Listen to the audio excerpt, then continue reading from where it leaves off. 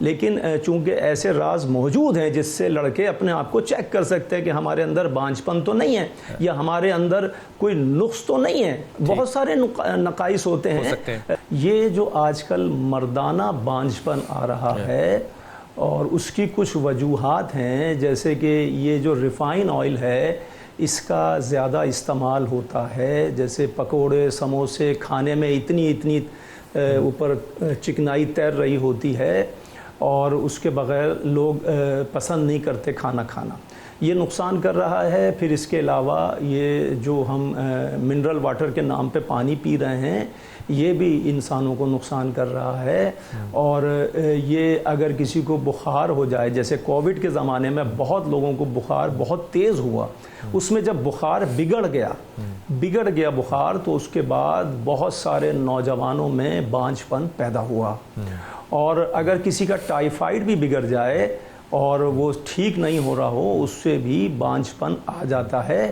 اور ایک اور بات بھی ہے، اگر نوجوان ٹین ایج میں اگر تھوڑا سا بہرہ کا شکار ہو جائیں، اس میں بھی بانجھپن کی جو پرابلم ہے وہ پیدا ہو جاتی ہے جس میں انسانی میں. اچھا، اب حیرت کی بات یہ ہے جب اتنا زیادہ بانجھپن آ رہا ہے تو اس کی اصلاح بھی ہو سکتی ہے. لوگ اصلاح کی طرف نہیں جاتے. جو بے اولاد مریض ڈائٹ بھی اس میں رول ادا کرتی ہے، جیسے فاسٹ فوڈز ہیں یا آؤٹ ڈور کے کھانے ہم کھاتے ہیں، یہ بھی شامل ہو سکتے ہیں اس چیز میں. بالکل ایسا ہی ہے. یہ فاسٹ فوڈ، میں نے فاسٹ فوڈ کا نام اس لیے نہیں لیا کہ بہت سارے لوگ اعتراض کرنا شروع کریں گے فیس بک پہ کہ یہ تو کام دھندے لوگوں کے بند کرا دیں گے.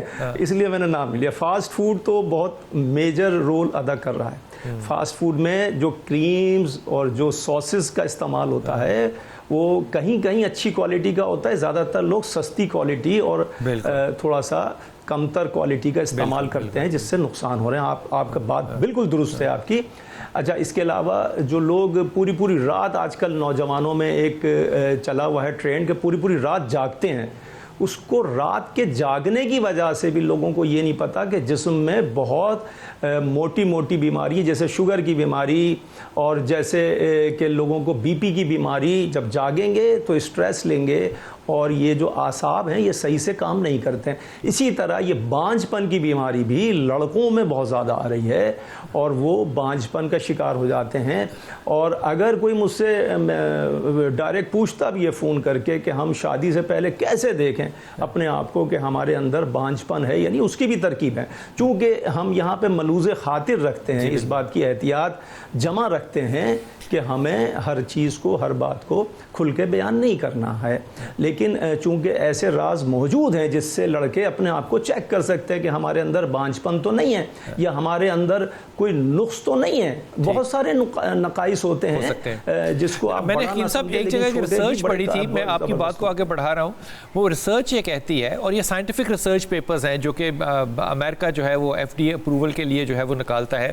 وہ کہتے ہیں کہ رات کو 10 بجے سے لے کے صبح 4-5 بجے تک جو نہیں سوتا، اس کے جسم میں وہ خاص ہارمونز جو پیدا ہونے چاہیے وہ نہیں ہوتے، جس کی وجہ سے بہت سی بیماریوں کے ساتھ ساتھ جو بانجھپن مردوں یا عورتوں کا ہے وہ بھی پیدا ہوتا ہے. آپ نے جو بات کی تھی اس لیے مجھے یاد آ گیا یہ. بالکل، آپ بالکل صحیح فرما رہے ہیں. اصل میں اللہ رب العزت نے اور یہ فرما دیا ہے اپنے حبیب کے ذریعے سے، میرے مولا رسول خدا صلی اللہ علیہ وآلہ وسلم نے فرمایا کوئی بیماری اللہ نے ایسی پیدا نہیں کی کہ بیماری سے پہلے اس کا علاج پیدا نہ کیا ہو. واہ.